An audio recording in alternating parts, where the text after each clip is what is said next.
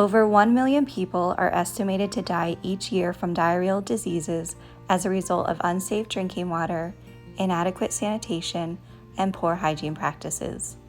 That is an incredible number of people dying from something that is preventable.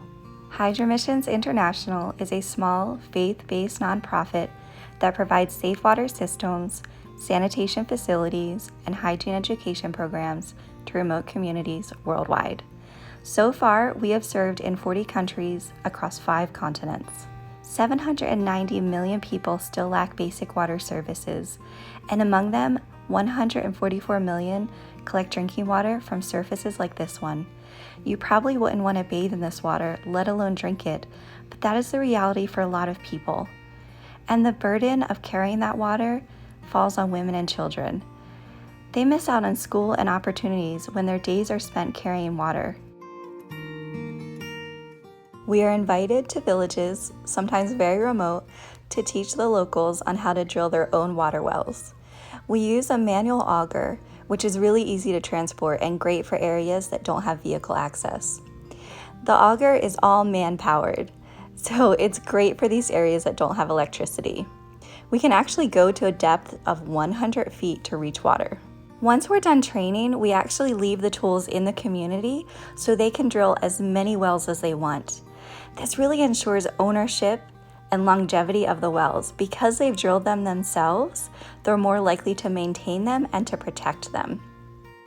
After we reach water, we case the wells with locally available PVC pipe, and then we set our filter packs and we seal them up to protect that new source of drinking water.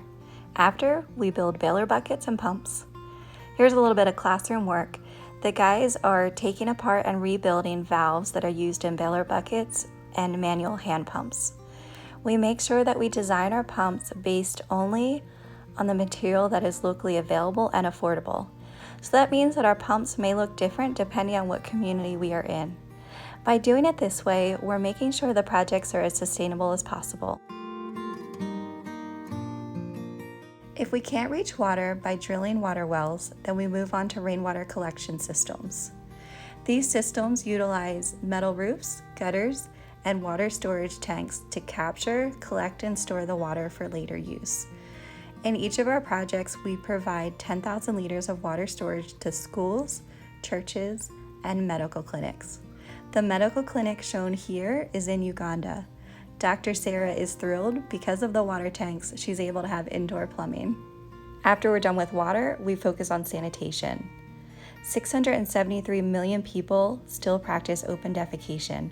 That's a huge reason why water gets contaminated. In order to improve community health, we provide latrines. After latrines, we focus on hygiene education. We don't only teach them why they should wash their hands, but also give them ways to do it.